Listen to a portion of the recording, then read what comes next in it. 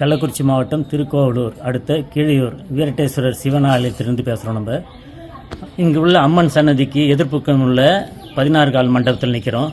இதனுடைய எதிர்க்க சிம்ம மண்டபம் ஒன்று இருக்குது. இதை நாங்கள் நேற்று ஆய்வு பண்ணோம். ஆய்வு பண்ணி பார்க்கும்போது இதன் அடியில் தாண்டவ வானாதராய தர்மம்னு இருக்குது.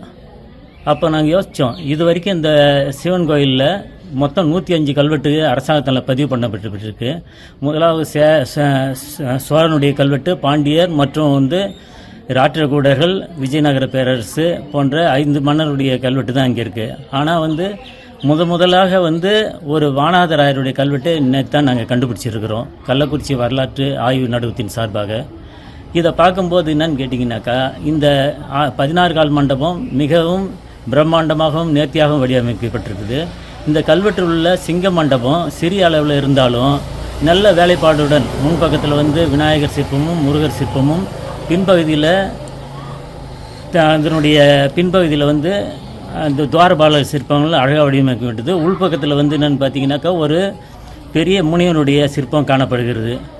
இந்த மண்டபத்தினுடைய சிங்க முகம் மிகவும் அழகாகவும் நேர்த்தியாகவும் வடிவமைப்பட்டது. இந்த கல்வெட்டினுடைய காலம் 15ஆம் நூற்றாண்டு சார்ந்ததாக இருக்கும். அருகில் உள்ள வேட்டவளத்தில் தாண்டவ வானாதிராயர் ஆட்சி புரிஞ்ச காலமும் 15ஆம் நூற்றாண்டு. ஆகவே இந்த பகுதியை அவங்க ஆண்டு இருக்கும்போது இந்த மண்டபத்தை அவர்கள் தானமாக கட்டி தந்திருக்கலாம் என்று கருதப்படுகிறது. மேலும் பல ஆய்வுகளை இங்கே நடத்தும் போது மீண்டும் மற்றவருடைய அரசருடைய கல்வெட்டும் கிடைக்க வாய்ப்பு இருக்கிறது. பிளே ஸ்டோர் மற்றும் ஆப் ஸ்டோரில் இருந்து பாலிமர் செயலியை QR கோடு மூலம் பதிவிறக்கம் செய்யுங்கள். செய்திகளை உடனுக்குடன் பெறுங்கள்.